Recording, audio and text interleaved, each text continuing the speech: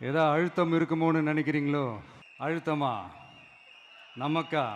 இந்த அழுத்தத்துக்கெல்லாம் அடங்கி போற ஆளா இந்த ஆளு? இந்த மூஞ்சா பார்த்தா அப்படியா தெரியுது உங்களுக்கு?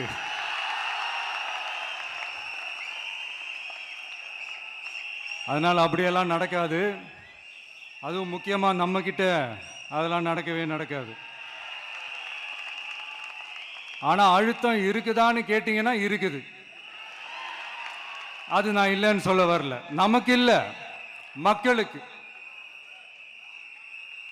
தமிழ்நாட்டை இதுக்கு முன்னாடி ஆண்டவங்களும் சரி பாஜகவுக்கு அடிமையாக தான் இருந்திருக்கிறாங்க. ஸோ அவங்கள நம்பியும் ஒரு பிரயோஜனமும் இல்லை. இப்போ ஆண்டுகிட்டு இருக்கிற இந்த திமுக அரசாச்சும் நமக்கு ஏதாவது செய்வாங்கன்னு பார்த்தா இவங்களும் அவங்கள மாதிரியே தான். இன்னும் சொல்ல போனால் ஒரு படி மேலே, இன்னும் மோசம். அவங்களாச்சும் நேரடியாக சரண்டர் ஆகி இருப்பாங்க, இவங்க மறைமுகமாக சரண்டர் ஆகி இருக்கிறாங்க. அவ்வளோதான் வித்தியாசம்.